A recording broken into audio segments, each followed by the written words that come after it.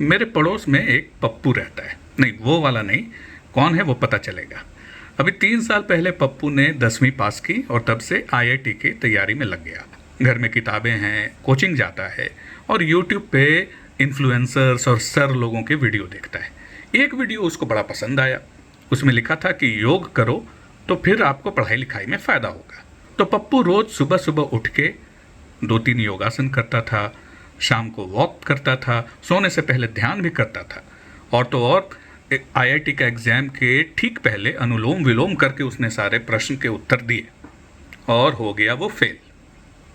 Physics maths में तो वो कुछ कट ऑफ ले आया, लेकिन केमिस्ट्री में लाया अंडा। और पप्पू का कंक्लूज़न था कि योग करने से आईआईटी नहीं होता। हो गई ना पप्पू वाली बात। तो ऐसे ही कुछ लोग हमारी तरफ पप्पू वाली बात कह रहे हैं और वो कह रहे हैं कि हिंदुत्व से इलेक्शन नहीं जीता जा सकता, क्योंकि बीजेपी 240 पे आ गई 2024 के चुनाव में। उत्तर प्रदेश में जहां अयोध्या का राम मंदिर बना, वहां आपकी सीटें आधी हो गई, इसलिए हिंदुत्व से इलेक्शन नहीं जीता जा सकता। पहले तो इस चुनावी पप्पू ने रोज़ योग किया या नहीं, लोग उस पर भी उंगली उठा सकते हैं, लेकिन वो छोड़िए। मुद्दे की बात यह है कि योग से सच में आईआईटी नहीं निकल सकता। योग करेंगे, आपका शरीर स्वस्थ रहेगा, एग्ज़ाम से पहले आप बीमार नहीं पड़ेंगे, लेकिन उसके ऊपर आपको पढ़ाई तो करनी ही होगी। जैसे योग फिजिक्स और केमिस्ट्री की तरह कोई सब्जेक्ट नहीं है, वैसे ही हिंदुत्व भी कोई चुनावी एजेंडा नहीं है। लेकिन कुछ लोग हिंदुत्व को ही एक चुनावी एजेंडा या पैतरा मान लेते हैं।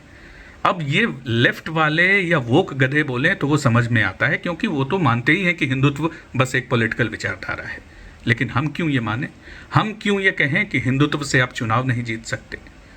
जब वीर सावरकर ने एसेंशियल्स ऑफ हिंदुत्व किताब लिखी थी तो वो कोई चुनाव जीतने की कोशिश कर रहे थे। उस वक्त कौन से चुनाव थे सर पे। सावरकर को छोड़िए, उसके पहले चंद्रनाथ बसु जिन्होंने हिंदुत्व पहली बार ये शब्द को इस्तेमाल किया, वो कौन सा चुनाव लड़ने वाले थे। या इन दोनों को छोड़ दें तो हिंदुत्व के समकक्ष जो विचारधारा हैं, जैसे श्री अरबिंदो या स्वामी विवेकानंद ने जिसको परिभाषित किया, क्या ये लोग चुनाव जीतने वाले थे। तो हिंदुत्व कोई चुनावी एजेंडा नहीं है।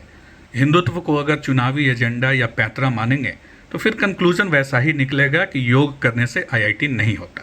हिंदुत्व योग की तरह ही है, ये चुनाव जीतने के लिए कोई एजेंडा या पैतरा नहीं है। ये एक विचारधारा है। जैसे योग से आपका शरीर और दिमाग स्वस्थ रहता है, हिंदुत्व से आपका संगठन और सपोर्टर बेस स्वस्थ और मजबूत रहेगा।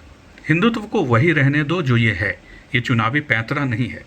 ये तो एक देश कैसा हो वैसी सोच है। ये एक विचारधारा है जिससे करोड़ों लोग आपसे जुड़ सकते हैं और फिर वो एक दूसरे से जुड़ सकते हैं।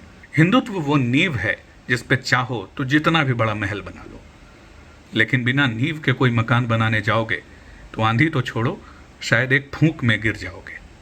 हिंदुत्व को वही रहने दो जो ये है। ये एक विचारधारा है, इससे चुनाव मत जीतो। इससे आप दिल जीत सकते हो, इससे एक सपोर्टर्स की ऐसी फौज खड़ी कर सकते हो जो आपके साथ सुख दुख में होगा।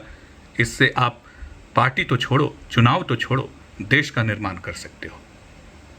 इसलिए पप्पूगिरी मत करो, योग करो।